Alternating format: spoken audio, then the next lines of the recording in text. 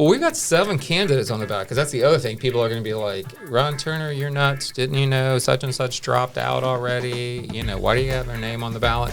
Well, this ballot was formed in December. So December 12th, I think, was the last date to withdraw. And most of these people, they're not withdrawn. They didn't formally withdraw. They've suspended their campaigns.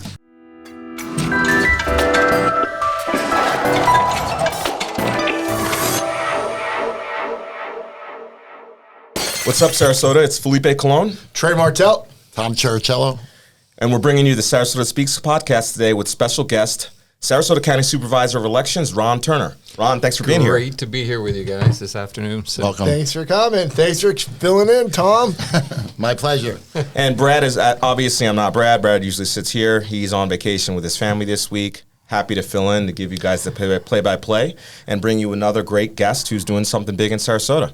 Ron, again, welcome. And can you tell us a little bit about what is the Sarasota County Supervisor elections and what's the importance? So in each county in Florida, we have an elected supervisor of elections, right? There are 5 county officers, essentially, in each county in the state of Florida that are elected by the voters during presidential election years with 4-year terms of office.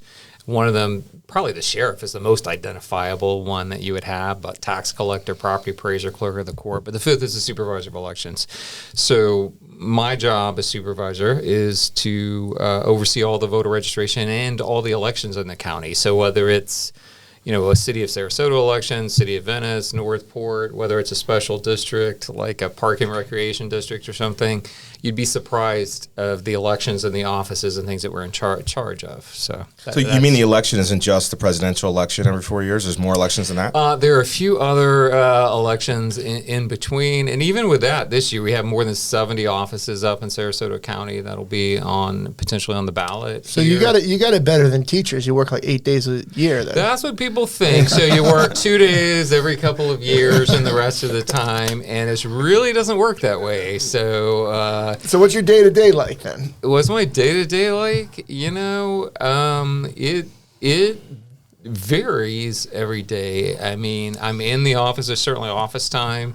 There's time like this out in the community. A lot of people want to hear from the supervisor of elections. So whether I'm doing some media event or public event, speaking to groups, behind the scenes with my staff, we're always preparing. And it takes you need a long runway to prepare for a presidential election. So for instance, like in Sarasota County, we made some plans over a year in advance to even be able to put this together. But every day, it kind of varies. That's one of the great things about the job. It's never dull. Sometimes it's troubleshooting things that come up because you think after a lot of years you've seen or heard it all or something, or it's like, wait, that's not in the manual here. I don't see where that is at. So it varies. And then after hours, calls and things. I don't clock out at 5 o'clock. So you're the supervisor of elections 24 hours a day, 7 days a week. If I'm standing in line at Publix and the checkout person recognizes me, or someone's got a question, or somebody wants to call you, a party official, or somebody running for office, or somebody's going to send you a Facebook message at 9 o'clock at night. To be fair, Ron is filling in for a guest of ours who unfortunately fell ill, so he was nice enough to step up at the last minute. But so Felipe can vouch that this is more than 2 days a year that I worked, around the clock. I'm available. At 9 p.m., Felipe is still sending business-related Facebook messages. Around midnight, they shift to the more personal level. Well, see, I can't vouch for that because we don't have that kind of relationship. But I know as a supervisor, out in the community and things, and so I was happy that he invited me on. So. Cool. Yeah, so I've never had to think about the Sarasota County Supervisor of Elections before, but a question. Well, hopefully you voted before. Yeah, well, I have. Okay, I wouldn't recognize you at the grocery store, but most people don't, by the way. The question I have for you: do you feel like there's been more scrutiny towards your position since the previous presidential election and all the hoopla that happened afterwards? Yes. Yes.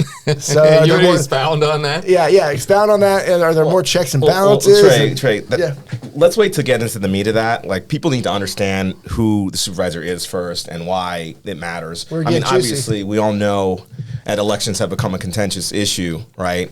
But my thing about elections, and this is a horrible analogy, I'm going to upset everybody, including maybe you, but elections are kind of like plumbing. When it works, nobody really cares. You know what I mean? But the minute that it has a problem, it is the end of the world. right? So I think that's part of the reason probably why it's an elected position. Can you speak to like why it's an elected position and how you feel about that? And well, it's interesting because some states it's not elected. Every state doesn't have a supervisor of elections. Now they have someone that performs this role. Sometimes it may be more than one official locally. Sometimes it's a board of officials. Like a lot of people come from a state where you have appointed officials that are a board of elections. Well, there is no board of elections here. I'm the board of elections, So it puts Florida law puts all of that from the voters into one singular person. So it varies a lot around the country, that framework. But I think it is important because, I don't work for other elected officials. I work directly for the public. And my staff knows that they work through me directly for the voters and citizens of Sarasota County. And so that's very important because we know who we're trying to please. We know who we're trying to serve out here. So there's not 20 layers of bureaucracy, that there's no accountability and responsibility and responsiveness. So, you send me a message at 9 o'clock at night, I'm going to be on it. And so I think it's a great model that works well. There's no perfect model, but it's certainly a great model. And I think Florida is the leader now. I mean, at one time we were Florida, D-U-H, right, after the 2000 election. And I was part of that back in the day. I've been around long enough. But today, I think we are the model and often called the gold standard for elections administrators in the United States. The gold standard, that's a pretty big we claim. Are you referencing back with who invented the internet? Al Gore. Al Gore, Yeah, wasn't it? Yeah. See, I was going to say some of our viewers aren't old enough to remember that, like me, Tom, and Ron. The recount. I assumed Trey was old enough to remember that. The recount. The recount in 2000. 2000? Yeah. Yeah. So was that a trying time for supervisors of elections? Yeah, You want to speak about the Secretary of State also at that time? Well, we had a local resident that was Secretary of State at the time, and then, in 2000, I was actually the Supervisor of Elections in DeSoto County. So I first ran for Supervisor of Elections when I was 22 years old. So, and got the idea to run for Supervisor of Elections when I was a teenager, 14 or 15 years old. I helped on a campaign. My neighbor was running for sheriff, so I was taking an interest, and he said, it'd be a great job for you to run for someday. Of course, I thought I was going to be president of the United States, right? Not too late. When you first start, interest, yeah, it is. And, Well, there's no, from what I've heard, there's no maximum age on president of the United States. He should be so- 84 listen, nowadays. I have my hands full, and I'm very satisfied with my job. So this guy suggested, you should run for Supervisor of Elections. I'm like, well, what the heck is a Supervisor of Elections? Who's even heard of this thing, right? It's like he said, the plumbing, analogy there. It could be a roof analogy as well. Sorry. So there you go. So by the time I was include you on 22, that I was running. So I went through that 2000 election, and that was my last election there. I didn't run again. I moved to Sarasota, started over, but I went through that. So I'm probably one of the few supervisors. I think there's 2 of us currently in office that had actually went through that. But it was a pretty interesting time, I'll put it that way. So Did you have to recount? we started that process, and the U.S. Supreme Court stopped us from doing it. So, but I did have Bush and Gore attorneys in my office for those 35, 36 days or whatever that camped out and watched everything we did. So it was kind of interesting, and was on ABC World News Tonight with, Peter Jennings was the guy back in the day. So, yeah. Did you get interviewed? Not by Peter Jennings, but yeah, by ABC World News Tonight. They sent a film crew down, and so I was there. I was like, wow, here I am on the national news. Little Sarasota, center of the universe for at least a day or two. Yeah, so A lot's changed in those 20 years with early voting and voting by mail and malfunctioning voting machines. Now that part I don't know about. So, but the first 2 things you talked about, certainly, we have no excuse absentee, which we call vote by mail now. That's been around 22 years in Florida, and then we have in-person early voting too. And so, and in fact, in Sarasota County for this March 19th presidential preference primary that's coming up, early voting starts. It's coming up soon. But at any rate, before each election, or for any election, you have 3 ways to vote. As you just, you mentioned 2 of them. the machines, that part, ours work just fine. So, How old are they? I just replaced. When was the last time they were serviced? No, they are serviced, and we just replaced all the voting equipment in Sarasota County. It's brand new. So thanks to the Sarasota County Commission and your tax dollars, we upgraded to all new certified equipment because I wanted to go into a presidential year with brand spanking new equipment. So right. to address what you were talking about there, so I got Sleep you. better tonight. Yeah, I know. I got you. So I took care of it for you. That's admirable. But when I worked in politics in New York City, our machines were literally from like the turn of the century. I mean, it was all manual. It the lever machine? The lever. When you or was pick it just like everything and rocks then in a bucket that they dropped? I mean, it could have been rocks. I mean, we used to have to check them to make thought it was sure. like one of those abacus things. It was You almost go like that. Yeah, you flip the down switches, there. you get all your Okay. selections, and then you the lever.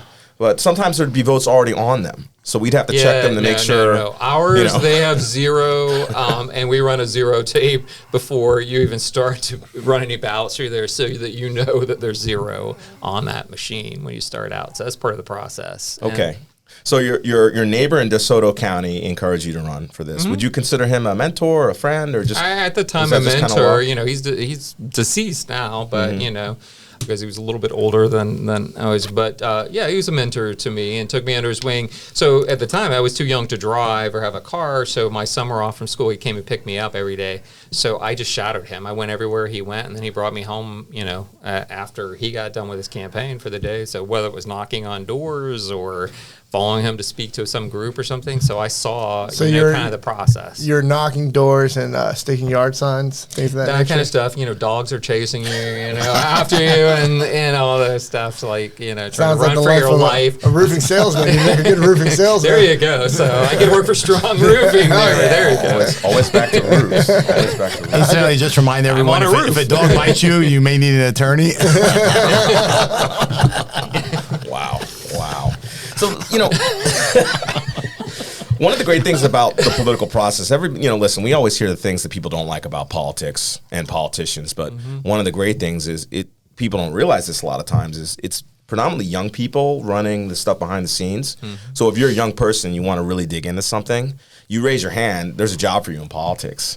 And you started at such a young age, and I know several of your maybe contemporaries, other guys who've come up around here, and girls, started out the same way. Could you elaborate on that? Maybe how a young person might get involved? Yeah, I certainly can. Well, I know for us, I'll talk about us, but then certainly people can get involved in campaigns and things. What I do is, even though I'm elected, our office and operation is really done in a nonpartisan way because we have to represent everyone. I was gonna touch on that you just took it from me. Great. Yeah, no. So, so working for me, you've got people of all parties or no political party. So you have Republicans, Democrats, people with no party affiliation. It's not all, one party. I have 34, I think, FTEs right now. What's an FTE? Full-time equivalent staff person position. Then for a year like this, we hire seasonal and temp staff. So there's a lot of different positions with us. In our warehouses, we have a call center. It's like a QVC call center with operators standing by. And all those are seasonal and temp employees because 34 of us can't do all of this. There are hundreds of those people. We hire 600 to 700 people. Those aren't poll workers at the polling places on election day. Then for the November general election, there's 1,000 poll workers out there. It's a big operation. Are the poll workers volunteers? No, we pay everyone we don't accept volunteers. They have to be paid by me. They're working for me. So it has to be clear when you come to us what you're. Certainly you may have whatever you're doing on your own time, with your political party or something or your community group. But when you're working for Ron Turner, you're working for the Supervisor of Elections, then that's who you're working for. So there's no question about what your role is and who you're reporting to and what your duties are. So, they're not making a ton of money, but they do get paid. Yeah, so it's like a per diem or something. Poll workers, you get kind of for the day because you have several hours of in-person training. Then we have online training for them. I actually have trainers. I have a staff member that heads up my kind of poll worker and training department. She's an educator. She was a former assistant principal, so she trains the trainers. So we bring in poll workers that we teach them how to train, and then they go out and help us because we do a lot of classes. Like right now, we're doing tons of classes for poll workers. And when you get to like a November general election, before that, you're talking weeks and weeks of classes that run into like nights and weekends and things to try to accommodate everybody's schedule, because we don't do this big like haul of people. We do small classes so we can do very individualized, because there's a lot for them to do when they get out there, you know, to work for us. So to get it right, we want to get it right. Our usual co-host is Brad Hannon, and he runs an insurance agency with a call center. He'd probably be very interested to know who's working for you and if they're looking for other opportunities afterwards. So, hey, You're not poaching they do a great job. They're very friendly, and they like what they do for us. These guys get a plug. I made sure Brad got a plug too. Okay, everybody gets a plug. Doing the best I can. Well, you'll get a chance to plug too. But okay. Yeah, because I am running for a third term. So okay. So We'll see, make there sure we you get go. to I that. have another dumb question. They're not term limited. No, not term limited. Right. So here's what I tell people. I said, I'm going to retire as your supervisor of elections, and this is going to go one of two ways. So one, I'm going to voluntarily retire someday when, you know, kind of the Kenny Rogers song, you know, when to hold them, know when to fold them, know to walk away, know when to run. I may be running, but or the voters are going to retire me at the ballot box. So that's my plan. Dumb question. Supervisor of elections. What happens when you run for office? You supervise it? What? Really? How many terms have you won? Oh, you mean your own? Okay. I thought you meant like when you run for something else. Obviously, you know, you would have to even leave the with post. that, I mean, I would still, you know, you're still in charge of the election, which is interesting because candidates, when they run for office, if you're running for a county office or something like mine, you have to come to my office to file your paperwork. So I'm the qualifying officer, even though the other staff's going to handle it. But you would have to come to me, right? So I have to qualify if I wanted to myself. run against you, if I said, hey, Yeah, you're going to come to me. this gig sounds pretty good, 8 days a year. I want to be the next supervisor of elections. I'd have to come qualify myself in front of you, look you in your eye. Before a I boxing will match. help you. As I told you, I'll help you get your paperwork together. You I think come it's a see me. $25 fee too. Don't forget that. I'll serve you. Well, the other interesting thing is, you know, when you register to vote, you send voters out a voter information card. You know, it tells them where the thing. I said, so it's kind of interesting from yourself because I have to send myself my own voter information card, or I send myself, if I got a vote by mail ballot, it's from Ron Turner back to Ron Turner with my name on it. So it's kind of a little quirky thing there, but yeah, it is interesting from that. You can make a TikTok video out of that, probably. Possibly, you know. So anyhow, Go viral, maybe. Throw in a little plug for Sarasota SpeaX too while you're at it. You know. Well, but you touched on the candidates. I would think a good portion of your job is dealing with candidates and prospective candidates. And as we both know, working in politics for a long time, those can be some interesting characters. Yeah, you know, certainly. First of all, I have respect for anyone who puts themselves out in this arena, you know, and in life too. You know, you put yourself out there publicly, no risk, no reward, right? So there's a lot of risk going out there, and you know, I'm used to it at this point. So, like I said, when we first, you know, were talking initially, ask away, because in this role, you know, if it's not from the media, it's certainly from voters, because they hold my feet to the fire about what we do and their questions about election integrity and all that stuff. So I'm used to it by now. But, you know, yeah, we've got a lot of people that we've got a lot of offices up this year. You know, you've got county commission seats, school board seats, hospital boards elected, Sarasota County, charter review boards elected. We're the only county that has an elected charter review board in the state of Florida.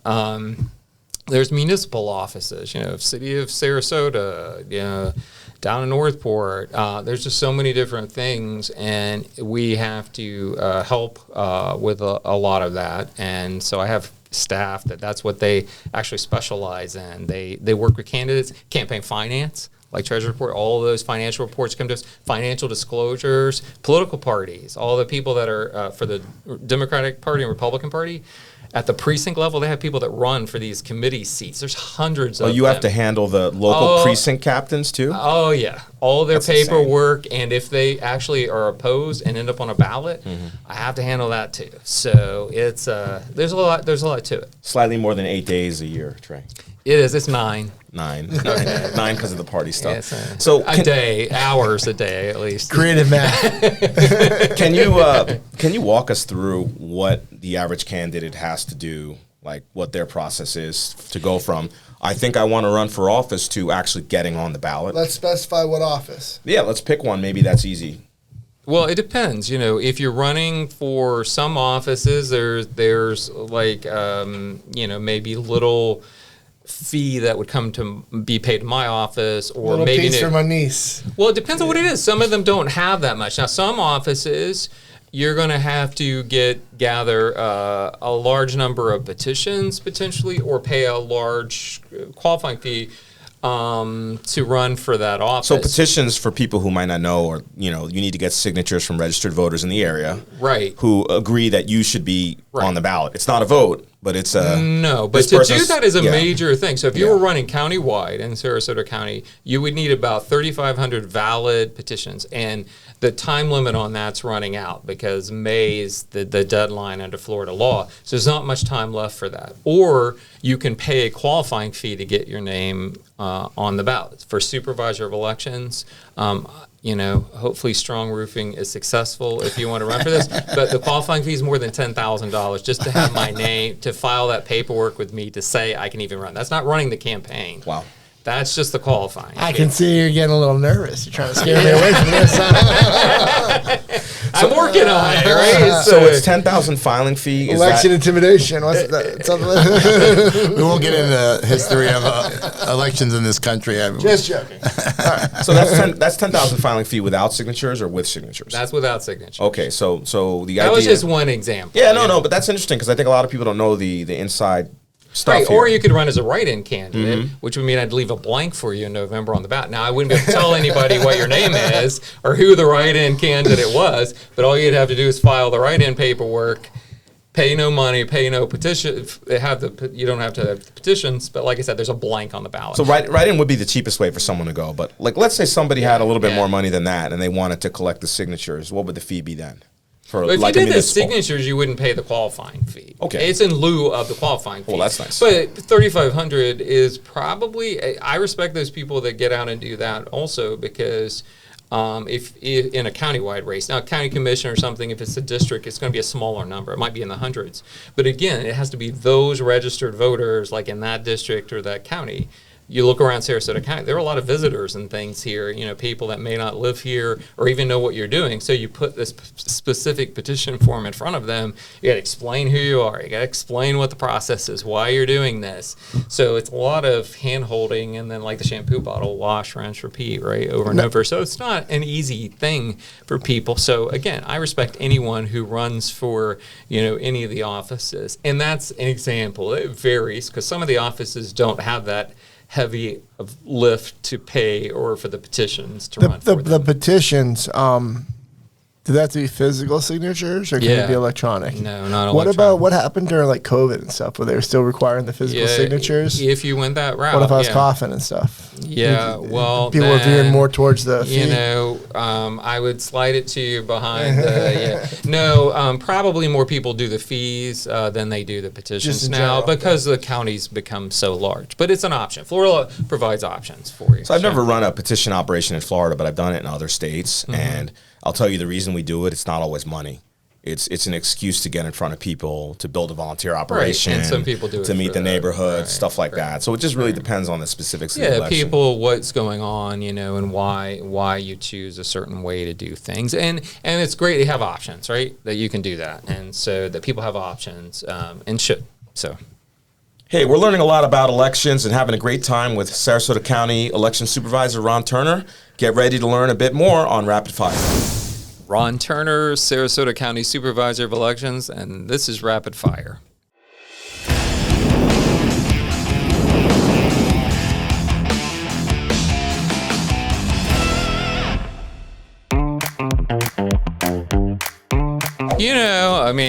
All the President's Men, that was a classic, right?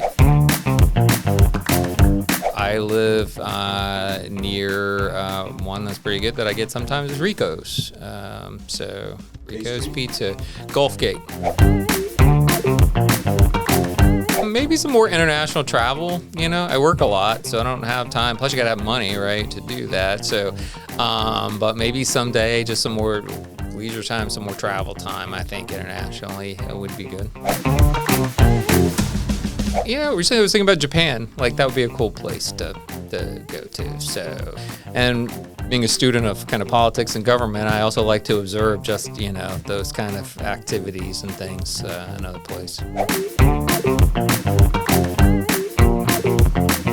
All right, why not Elon Musk?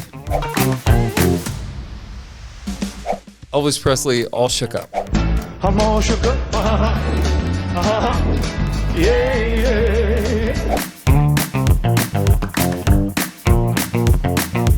Grilled chicken, a ribeye steak. Veggie choice would be like broccoli.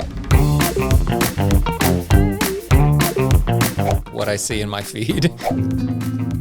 My personal algorithm for what's being fed to me. That was perfect.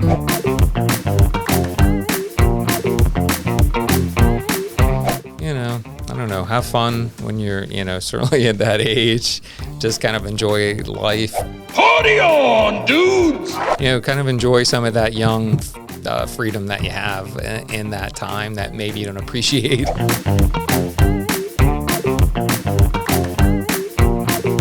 One of the things that I think is really beautiful is just a drive around the bayfront there. So when you're coming in, one of my first jobs was working at Chamber of Commerce and doing economic development here in Sarasota County.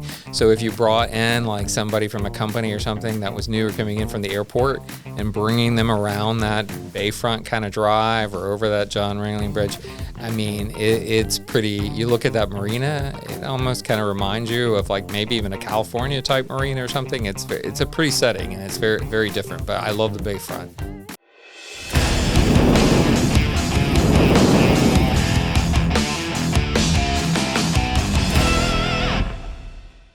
Given the scrutiny and the basic temperature after the last presidential election, I have no idea what you're talking about. What kind of crap have you had to deal with more so than previous years? Well, I would say what I've noticed is certainly change. Years ago, the voters they want to know, how do I get an absentee ballot? If I wanted to vote early, that you've asked about early voting, where do I go to vote early? How does that work? Where's my polling place on election day? Did it move? It's still in the same community center church. And they still want to know those things, right? But now they're like, okay, I want to know how the sausage is made. How does this work behind the scenes? What does this really look like?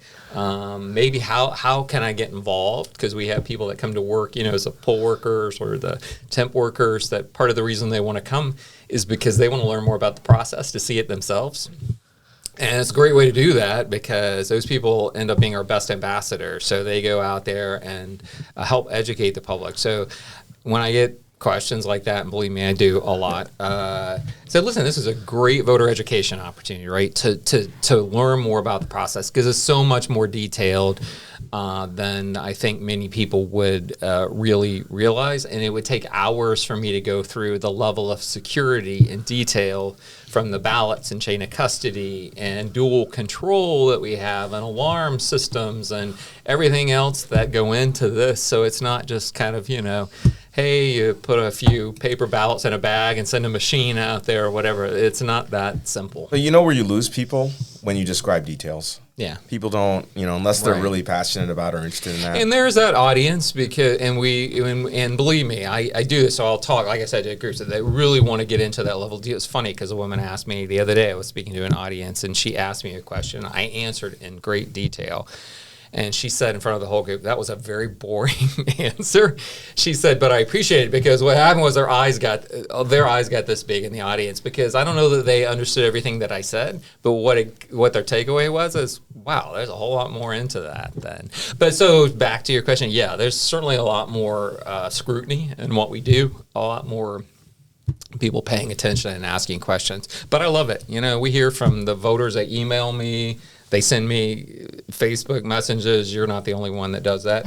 I'll have people on the weekends or whatever. They'll ask me questions like random voters. They're like, hey, Ron Turner. They'll find my personal Facebook page. Or I get letters in the mail from people. You think of people writing their congressmen or things or email. No, people write their supervisor of elections. So people still send letters?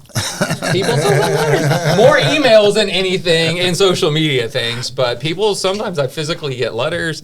Sometimes they look like, you kind of wonder who sent them. But anyhow, it's all good. So the letter thing is particularly alarming because, all the stuff that comes in the mail these days, like people send letters when they want to make a point.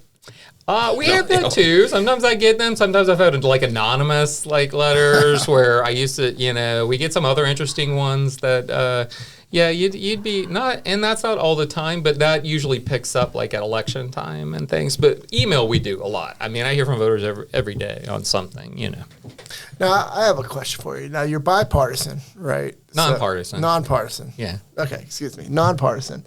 But I mean, the job is, what I do. Yeah. when the elections come, do you prefer there to be a wide gap or a narrow gap? Does a narrow gap make your job harder? Oh, for election results? Yes. Well, there's a thing called an election official's prayer, which is we don't care who wins, just win big. Win big. That's what I So, because there's the R word, recount. Yeah. And we try not to say that. It's like Beetlejuice. You say it too many times, it happens, boom, it's there. Gotcha. So we call it the R word in the office. You prepare for the R word when you go into an election. Like at 18, we had 3 statewide recounts. We had governor, U.S. Senate, and ag commissioner. It was a huge deal. I don't know that any state's ever had that. Florida did it, passed it with flying colors. We had to run 3 of them simultaneously. I literally had, you talk about people wanting to know more. The candidates, campaigns, parties sent hundreds of people in to watch us and observe, So it was. Everybody likes being supervised while they work too. Oh, it's great. It was like a fishbowl. People with their noses pressed up against guys. So, they were all nice, but back then the climate was a little different too. So everybody left saying, "Hey, I feel better about the process. I feel good." And so we're hoping this year wide margins. Whoever wins, the voters get to have their voices heard and make that choice. I don't care what the outcome is. It's not up to me. But just please. Win big. It's a fun coincidence that we have you on today because I was literally just having this discussion with somebody the other day and doing a little research. And would it be fair to say that for people who don't understand the process, if they see one little part of it, i.e. via a video or whatever, that they would completely misunderstand what you guys are actually doing to count the votes? Sometimes that is the case. Because how many people touch the ballots? Like during the process, it's tons. Oh, it's a ton of people. We're looking at chain of custody by the time we get them from the printers, or depending where they're coming from, until we actually store them after we certify an election. We keep those paper ballots for 22 months in storage afterwards that we can always go back to before we destroy them in the end. But tons of people touch those. I have my own IT team that codes and programs the ballots. They're programming the voting equipment. The voting equipment's certified in the state of Florida. We use a state certification. There's a federal one, but the state of Florida doesn't use that. The governor's administration, through the Secretary of State's office, actually tells the county what voting systems we can choose from that are certified. Really simple, chicken or fish. So you got Dominion or ES&S, and we use ES&S here in Sarasota County. Election Systems and Software out of Omaha, Nebraska. So I feel like Dominion's the name a lot of people would know, and not for great reasons, right? I don't have $1.something billion, so I'm not going to comment on that. But we use ES&S, and so and they're the equipment works well. And I just said we replaced it all for 2024, and Florida has a rigorous process. We also test it all. We have a public test that we do, where political parties, sometimes the media comes in and watches us do this public test of the equipment. And then we're also doing, we added an audit system.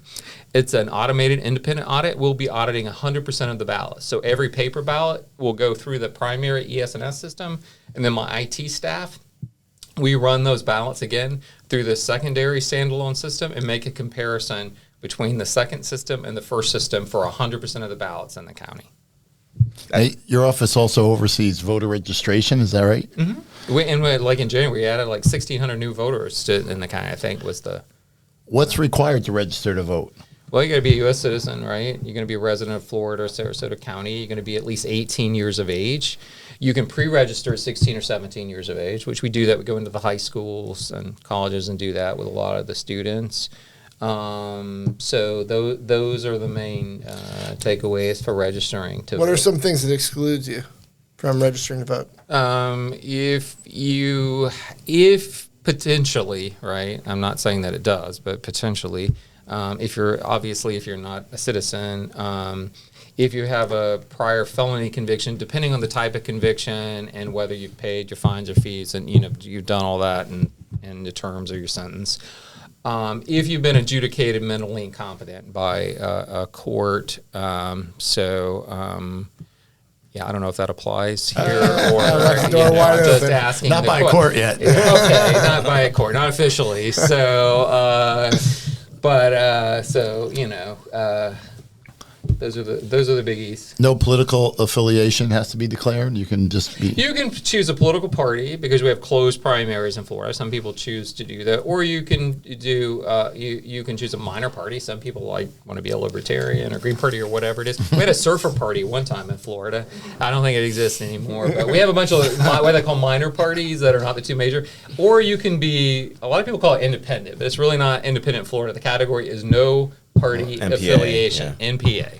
And there are a lot of people. There are more than 80,000 people in Sarasota County that are in that category, registered like that, without a political party. What's the barrier to creating your own party in the county or in the state? Yeah, you can do that. You form it, with the state of Florida or whatever. Some people, do that. Like I said, when I was out in DeSoto County, I knew a woman there. She formed her own party at the time, and Do you recall the name of the party? It was the Christian Party at the time. So, But there's no I'm pretty sure that was the name. Do you have to collect signatures? Do you have to pay? I don't know, because that's not, that's above my pay grade. So that's the Secretary of State there. So okay, so you don't handle that part, thankfully. No, they just give me a list of the parties, and it's like, this is what you can choose from, right? So I got you. Yeah. Is registration up in recent years with the last few presidential elections? You find that more people are registered than ever before? Well, a lot of it has to do with growth in Sarasota County. Like I said, in January, we registered 1,600 new people. Last year, some months we were averaging 1,300 people a month new that are coming in Sarasota County. So a lot of growth here. How many registered voters do we have in Sarasota So about County? 324,000. And what's the population? That's just Sarasota County, right? Yeah. Yeah, so the population is more than 400,000, right? So probably if you're looking at anybody that's 18 years of age or older that's potentially eligible, you're probably talking about 80% or so that are registered to vote. So it's a pretty high number. And our turnout's high. In November, our turnout will likely exceed 80% for this presidential general election. So as I said, when you look at our customer base for our business, it's everyone pretty much, and people are that customer base is coming to us in a very short defined period of time. So it's an interesting business to be in and operate, because you go kind of from this smaller agency with 34 people to this really enormous thing that's just about as big as any event that you could plan, right? Unless you're playing the Super Bowl or something. What else is going to be bigger than a presidential general election, especially in 2024? You're like Santa on Christmas Eve. There you go. Well, as I say, we have a warehouse that's chock full of machines and flags and signs and notices, and that all has to be dispersed. But I said, yeah, it feels like Santa's workshop. Yeah, right? it's a workshop. There you go. Getting the sleigh filled up, and they go deliver it at all the places out here, like Amazon Prime distribution out there all over the county. So, will the lack of a Democratic primary help you at all, I guess, in the next couple of weeks? Well, it's interesting because you get the questions because you have the closed primary, and so only the Republican Party of Florida decided to have a presidential primary. The Democratic Party of Florida, because it's up to the state parties. Can you give our viewers what an open versus closed primary is real quick, just because? So for the primaries with the closed primary, that means only registered voters in that political party are able to participate. So for this March 19th election, this presidential preference primary, there's only a Republican primary. So only registered Republican voters can vote in this presidential preference primary. So that voter registration deadline was February 20th. So if you weren't registered as a Republican by that time or change your party, then you won't be able to participate in that. So that's a significant portion of the population still that will participate in this. See, that's interesting, because in some of the states where they have open primaries, you actually have some of the folks running that have a competitive race supporting the other candidate in the other party just to siphon off votes.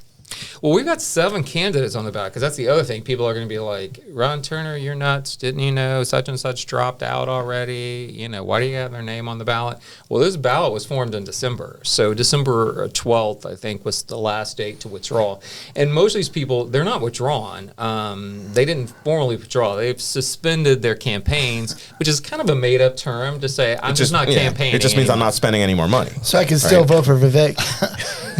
I think Chris Christie is still on the ballot. Chris Christie is on the 7 candidates. You get to pick which one works for you. So, But we don't go to Kinko's the night before and make these things up like people think. So it's like it has a long runway. This election started, last year. And because I've had people ask that too about, well, you have 6 early voting sites. Why? Well, I had to book these like a year ago. I mean, they're not waiting for us to just show up for a week or 2 weeks. So it's like any other event. All of these places have to be booked way in advance. Like a wedding.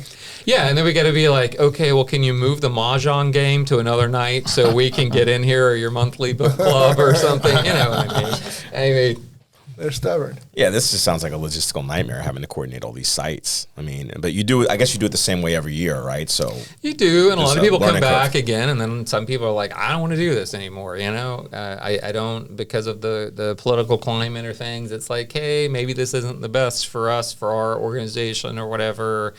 Because you have a lot of, enthusiastic voters, and then you have a lot of enthusiastic campaigns and people outside of these places. You all have seen them coming in. There's a 150 feet zone outside the entrance of any of our locations that we mark off. It's called a no solicitation area. Outside of that, God bless you. So you get all the cotton candy machines and the balloons and everything out there. Kind of exaggerating almost. But people campaigning for their, favorite teams out there. Go team. So the no solicitation zone, you basically have to be 150 feet away from the door of the polling site. Yeah. And within that 150 feet, what is the litmus test? You can't wear a T-shirt that has your candidate on it? You can wear T-shirts to the polls and things, Okay. but you can't be soliciting and talking to people about things because, so we maintain, myself or the workers there under Florida law maintain control to maintain order inside those sites or up to 150 feet. And in fact, law enforcement, they can come vote, but they can't come in unless we invite them to come in to help us at that. So civilian authorities run the elections here. And so we have complete control of that, which makes sense, right? You're going to separate us from law enforcement or the military. You may see some countries where you have that happening. That's not what happens I was about to say. Florida. So now I work with the sheriff and chiefs of police. I talk to Kurt Hoffman, all the time. We coordinate with them. But they know until we call them, they know what's going on. They know where our locations are at.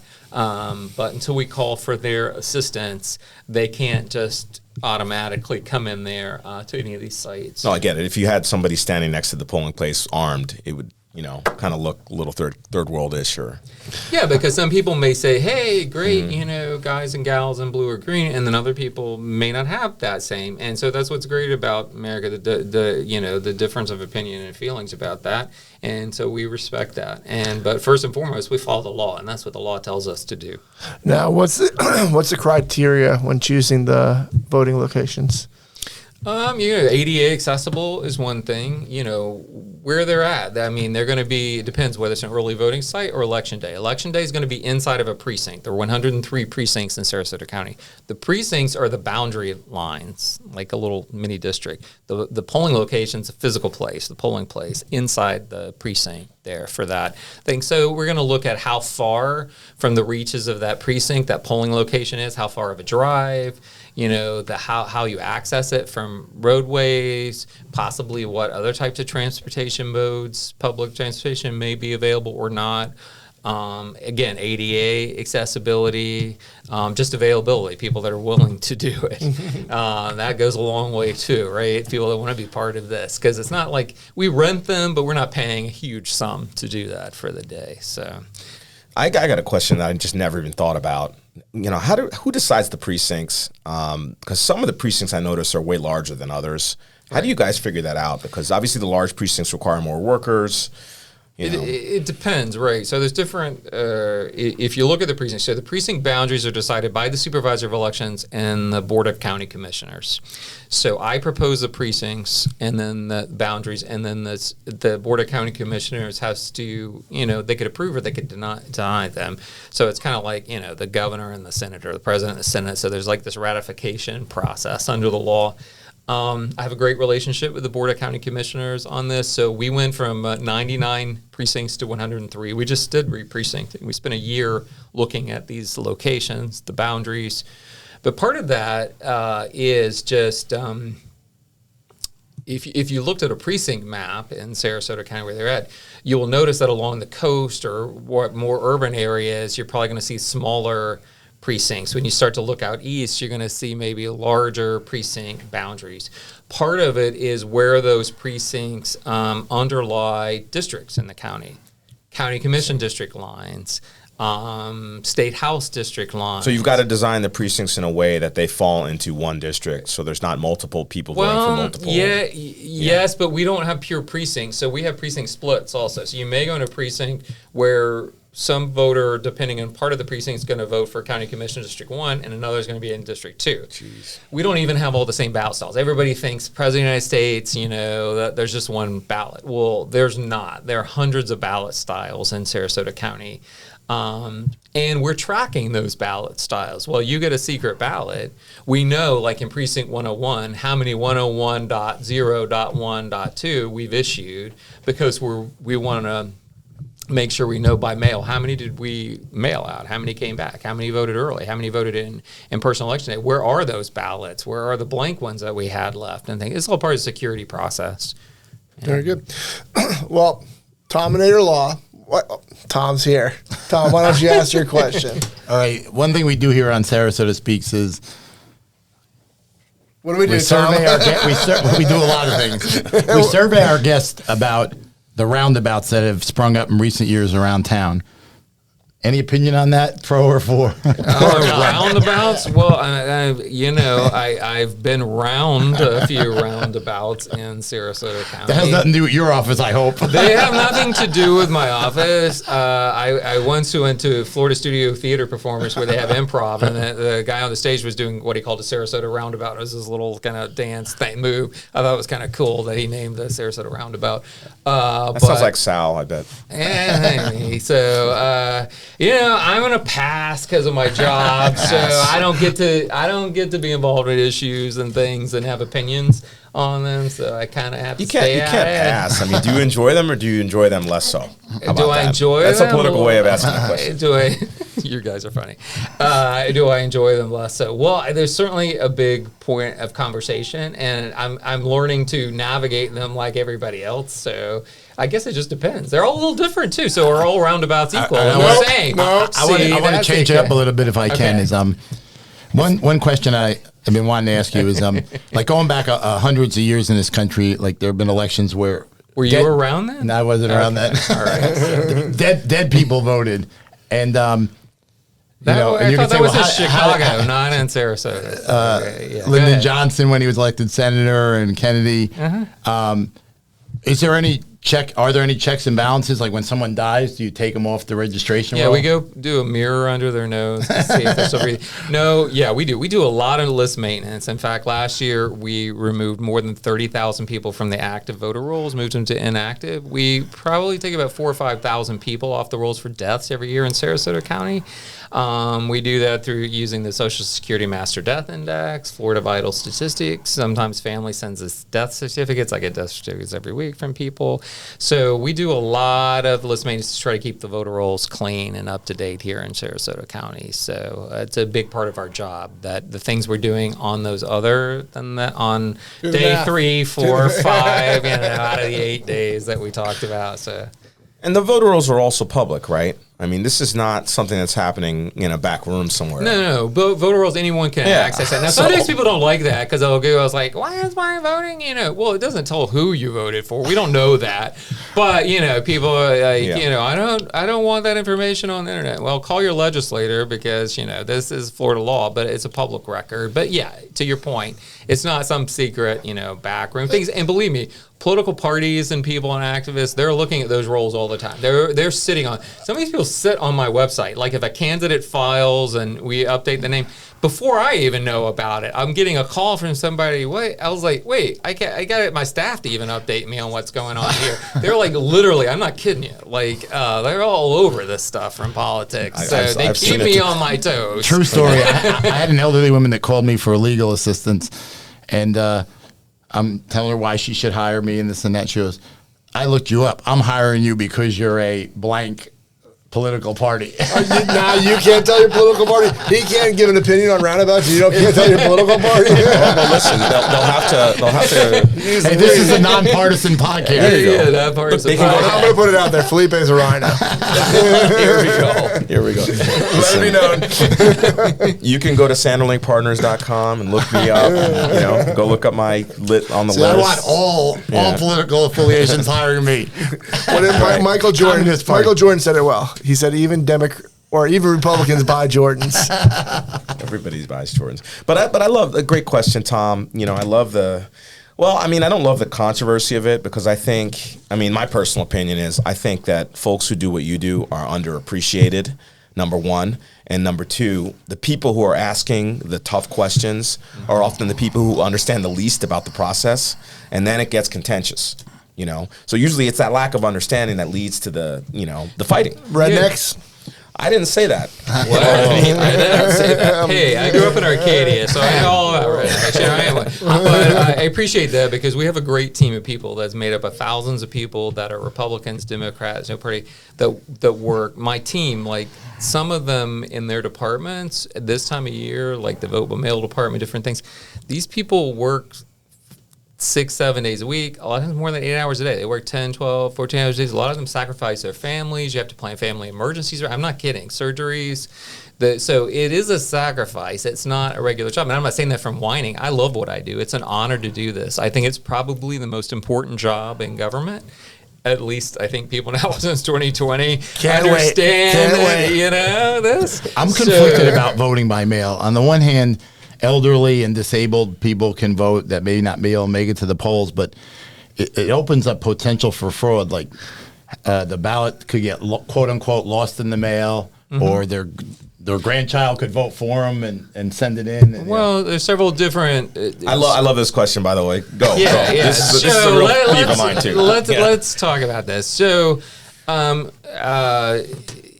So to get a vote by mail ballot in Florida, we don't mail ballots out. Like some states just mail them out to everyone, right? And so when you were talking about that voter list maintenance, and in a county like ours, people move like every day. Those rolls are in flux all the time. Ours, you have to request it.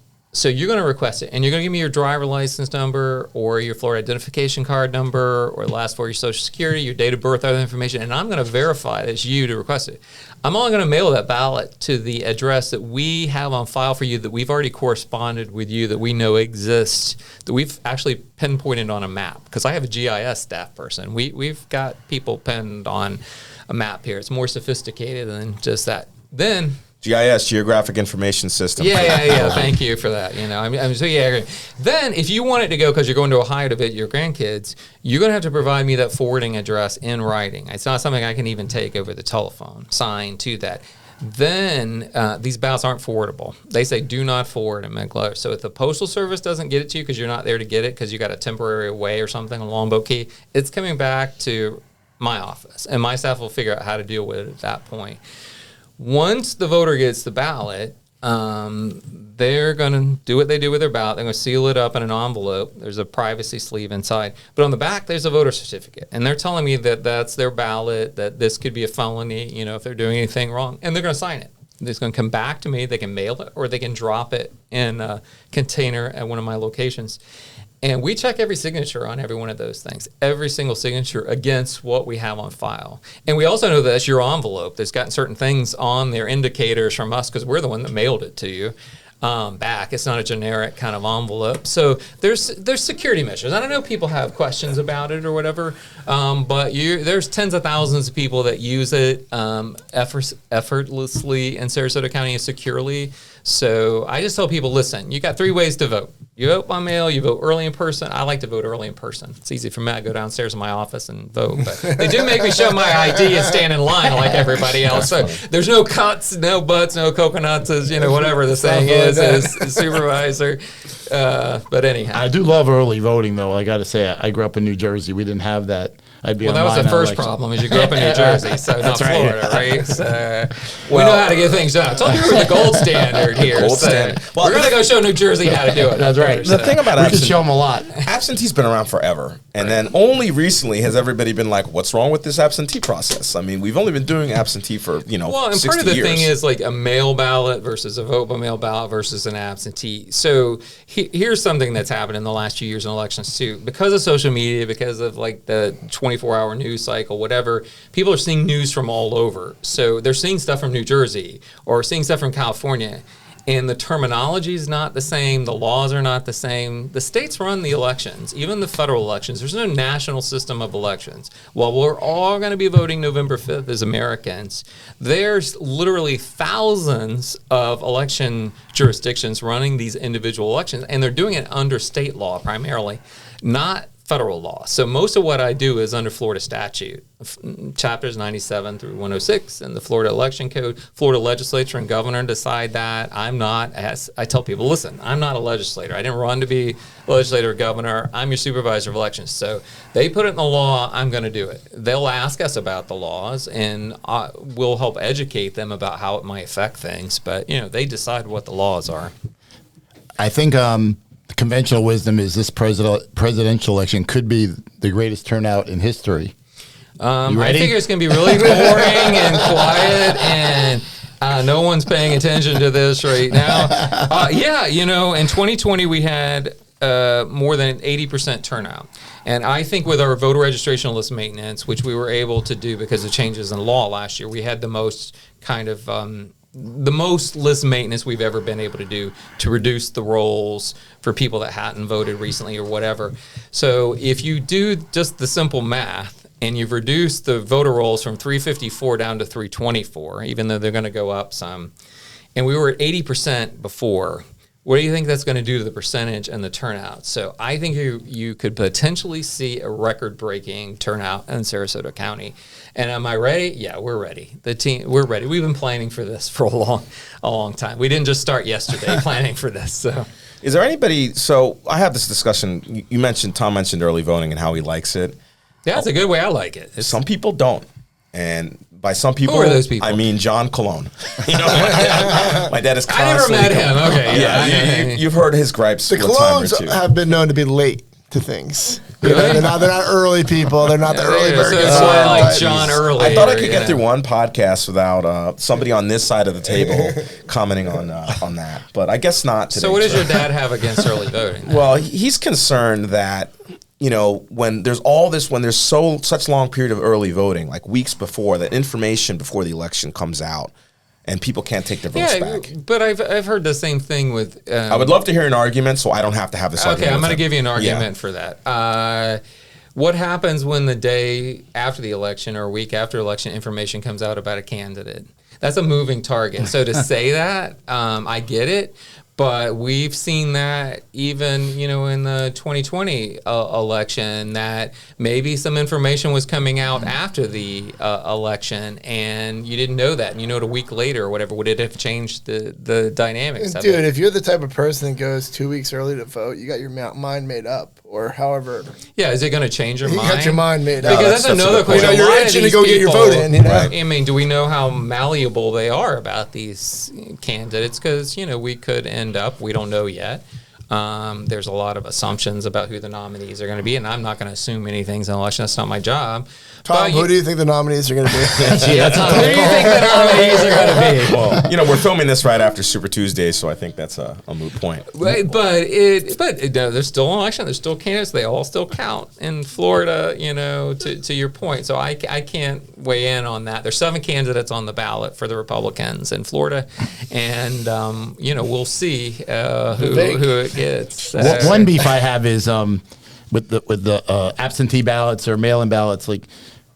They're allowed to come in. How many days is it after election day? They don't. Not in Florida. You got to have it by 7 p.m. on election day. The ones after, from what I remember, are just military overseas. Yeah, we do take a 10-day for military overseas and military overseas. There's a 10-day thing. They're the first ballots to go out. We mail those ballots 45 days before the election. We start domestic ballots 40 days before the election.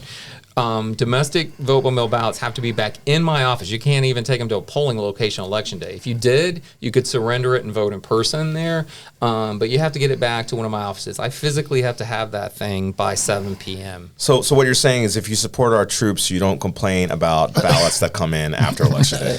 Tom hates late ballots from the troops. Listen, I'm an Army veteran myself, so That's right. I'm a veteran, and I'm like, listen, I think that makes the most sense for the men and women that are off in some, land wherever they're at, or on some ship around the world and places that doing their best for us. They ought to get to vote first. And I'll tell you, their ballots, they always come back. They do everything by the book, by the letter. Everything's done perfectly. They follow instructions. Because, okay, we're men. We're around the table. A lot of times we get ballots back and it's like, people write notes on there. I saw one the other day for this. They didn't fill out anything, but they had political commentary next to all 7 ovals on there. Now, whether you thought it was astute commentary or not, but it was kind of interesting about there. So you ought to see some of the things we see with the ballots that come back to the supervisor of elections. I've had notes written to me on ballots. Mr. Turner. I was raised on Lombardi time. If you're not 15 minutes early, you're late. Trying to suck back up to the military people. I support our military. But the domestic ballots, I'm with you. 7 p.m. on election night, that's it. So we're done. Well, speaking of New Jersey, Dominator Law New Jersey office coming soon. We usually like to. Jesus. You got to get the free plug. Well, no, you paid for it. Well, we got so in the weeds on the election stuff, we forgot to kind of ask you some of the more personal questions. You mentioned you're a veteran. I know you've had other jobs besides politics. I remember you worked for Habitat. I mean, how have any of those other things informed kind of your role now? Just curious. And what are some things you like to do in Sarasota, and what are some things you like about this community? Obviously, you like it. You've been here a long time. Yeah, no, I love Sarasota. I mean, it's my home, and so, and I love serving the voters. I mean, again, it's an honor to do that and be able to do this work, because it is my life's work. It's what I've always wanted to do. Like I said, even though I have done other things in between, part of that was because, like I said, you move from DeSoto County here, and, I wanted to be back in the elections business, but it's not, I was 30 years old, or 31 at the time. I'm 55 now, but at the time, it's like you don't come to Sarasota County, become the supervisor of elections the next day. So I went out and did some different things. Worked for the Chamber of Commerce, was, as you said, executive director for Habitat for Humanity. But it gave me a different perspective about the community and people and things, and bring out, I think it makes me a more rounded elected official and supervisor to be in this business, leave this business, and come back into this business, right? Starting 30 years ago, but then leaving and coming back. It gives me, like you said, kind of helps inform, better inform, and know that maybe outside of government or politics, there's other ways to do things, like in the private sector, in business, nonprofits, whatever. So, and to meet a new audience of people, because I met a lot of people that way. That helped me when I was running for office, because I got to run to be elected supervisor. So I worked for my predecessor. I mean, that helped being the chief of staff there. But what really helped me was knowing people out in the community, because this can be kind of isolating working in the elections office, because I'm the one that gets to come do this kind of stuff. The rest of my folks are back toiling away, right now in the office. So that helped me meet people like you, be in the community and things, and build a relationship and rapport. And it's all about the relationship, right? That's very important in life. Definitely. Now, you were also supervisor in DeSoto for a time, so you're one of the few people who's been supervisor in 2 different counties. No, I'm the only person. The only person in the history of Florida. Yeah, that's wild. So, with that in mind, do you have any thoughts on our outgoing supervisor in Manatee County? Because this podcast may be called Sarasota SpeaX, but we address the whole metropolitan area of Sarasota, including both counties. Yeah, Mike Bennett has done a great job. Mike was in the Florida legislature, knew him before. I've worked as a colleague. I'm also serving as president of the Florida Supervisors of Elections this year, so statewide. So I'm the president of their association. And so I know Mike really well. We work together. We've communicated a lot, because we are one metro, one MSA here, Metropolitan Statistical Area, Northport, Sarasota, Bradenton, right? Mm-hmm. And so if he does something there that I don't do here, or vice versa, we hear about it, because ABC7 or the Herald Tribune, whoever, or like you guys, there's a lot of overlap between the 2 counties. And Great guy. He has left. We've had a lot of turnover with supervisors of elections, the most I've ever seen in my career in the last few years. And then the governor will have to decide for that vacancy in Manatee County who's going to finish out that term of office. How much longer is the term? Well, the term would be through January, right? So whoever would have to run if they wanted to keep it. So I'm sure there are already candidates, I'm assuming, that are already running in Manatee County for supervisor of elections. And then some will throw in their hat to try to get the appointment from the governor to finish out the term. Cool. So speaking of that, I mean, you have anything as we close out that you want to highlight or tell our viewers or the voters about what you do? I mean, you're running, right? Yeah, I am running for a third term. It's hard to believe that it's already gone by so fast, and I'm going for a third term. As I said, I love this work. This is really a priority in my life doing this. So, this comes first every day. What can I do better for the voters of Sarasota County? How do we improve the process? First and foremost, we're going to follow the law, right? But we're not perfect. We're not perfect people. Nothing's perfect. There's not a perfect process system. None of us.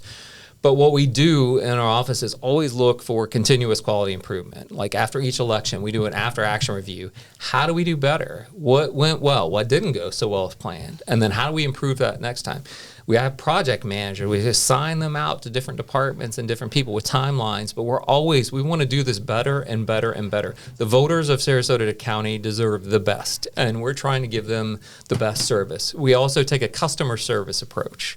Publix is like, where shopping is a pleasure. Well, I want to be where voting is a pleasure, right?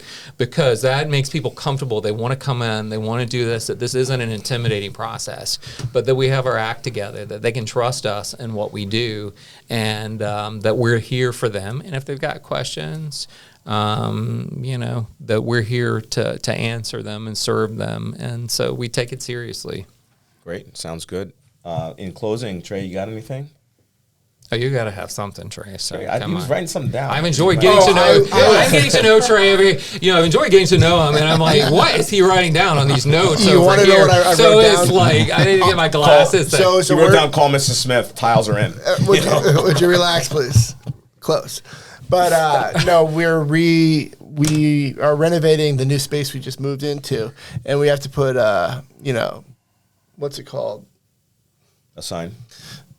Motivational speech or motivational quotes or Quotes on the wall. the quotes on the wall. Either way, continuous quality improvement is what I wrote down, which is, it's worded well for what we try to do in roofing as well as in politics as well as in all fields of business. No, you want to keep getting better, and I want to provide those. Like, you think about that, I think, a lot in the private sector, but, apply those kind of best practices and principles in what we do. And I think the voters of Sarasota County expect that. I mean, we've got a world-class community here, and they have a certain expectation for service and how we work. But I also think we try to meet those expectations. And I think for the most part, we have a great reputation with the voters and citizens of Sarasota County for what we do, and they have a good experience. The gold standard. The gold standard. Yes. Hey, Tom, you have anything before we close out? No, I mean, I just want to thank you, especially the day after Super Tuesday. I know you're extremely busy right this time of year with the Republican primary coming up. So we want to thank you for it. No, I appreciate it. And, it is a busy time, but it's never too busy to get out and, have fun with you folks and talk and try to get the word out. So I appreciate you just helping us, spread the word on, important information, what we do, let people know we're approachable. There's a real human being behind that, maybe Ron Turner name that they see somewhere that, just like everybody else, I own a home, pay taxes. We're normal, everyday people that are out here in the community. We live here. Come say hi at the grocery store. Come say hi when you see me at checkout. That has happened. I'm not kidding on that. People ask you what their precinct is when you're at the... I've had some different things before, at the checkout line at Publix. So we'll just leave it at that. So. Okay, that's a great time to end it. Thanks so much again, our special guest, Ron Turner. Oh, we have one more question. We ask all of our guests in closing, who else do you think would benefit from this format and what we do here? In Sarasota Speaks, we want to introduce interesting people with interesting stories to the community, and we want to find people who the community needs to know. We're sure you have a few recommendations, and we'd love for you to share them with us. Wow. Thank you, Morgan. and putting me on the spot here for that one. Who are you running against? Running against right now, I'm unopposed, but Trey over here is chomping at the bit. So I think we do a debate with Trey. I mean, on a show. So those are the two people. I got a win-win. I got a win-win. We kick you over to Manatee. You become the only person to ever be 3 different counties of supervisor elections. If I was going to do that, I might do Orange, like just appoint a new one up there so I could have Disney in my backyard. But back to your question. I don't know. There's so many great leaders in Sarasota County, interesting people from diverse backgrounds that we have. I'm sure you guys have done, other elected officials and things. I'm assuming nonprofit leaders here. I'd love more in the nonprofit space. I mean, we've done 3 past mayors. We'll probably call the current mayor and see if we can have her as well. But we haven't done a county commissioner yet. I think we have the Oyster Boys. And we have the Oyster Boys. Yeah, I think county commission would be interesting because there's such a big job and it's diverse. There's different needs in Sarasota County with that. I think that'd be, certainly right now, school board's always an interesting topic there. That's never dull down there, right? We'll leave it at that. We will leave it at that. Yeah, we'll leave it at that. Firing questions. Yeah. Well, which commissioner, if we're talking county commission, which commissioner do you think would most enjoy what we do here and understand what we do here and want to be a part of it? Well, there are 5 of them. I'm trying to think, which doesn't mind the firing line and who could put up with Trey, over here. You haven't met Brad yet. He usually sits here. Now I want to come back sometime. Maybe we will have you back. A little election after report.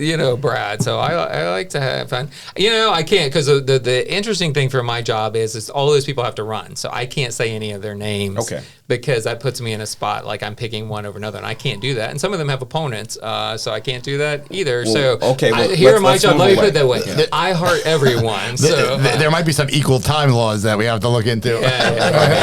Listen, there's no equal time. This isn't Canada, right? They have equal time up there. This is the United States. Money talks. But I had to be careful. You know that. Well, okay, let's go away from elected officials then, because we've never had somebody on the podcast get away without recommending somebody, even if I had to force feed them the recommendation. Okay, so John Cologne. That's not funny. John Cologne would be a good one here. What about John Thaxton from the Gulf Coast Community Foundation? That is a good one that we have not heard before, and he's a long time. Yeah, he was a county commissioner. Yeah, he was. I remember. He works, with them. They do a great job doing different things. He's, I think, a native here. Is it Gulf Coast or Sarasota? No, Gulf Coast Community Foundation okay. in Venice. Yeah, maybe John. He would be a great guy. He comes to mind. He does a lot of involved in a lot of different things. So. Maybe John. Well, his work with the environmental stuff is almost second to none. Yeah, the Scrub Jays. Right. I mean, he's been recognized nationally for his work and things. I think like National Geographic or the Audubon or whatever. So yeah, he's a cool and interesting and he can be a fun guy. So I say I nominate John Thaxton. All right, here. We're gonna use that. And listen, as we close out, special thanks to our guest host Tom Chericello. Yeah. Filling my very large chair. I appreciate that, Tom. And also one of the podcast sponsors. Your very large chair. I like that. John Carson. What's the name? I'm drawing a blank. The code of ethics your company lives by. What's it called? Not your mission statement, but... No. I don't know. We're going to have to think about that one. All right, whatever. Cut it. All right. Thanks again for watching.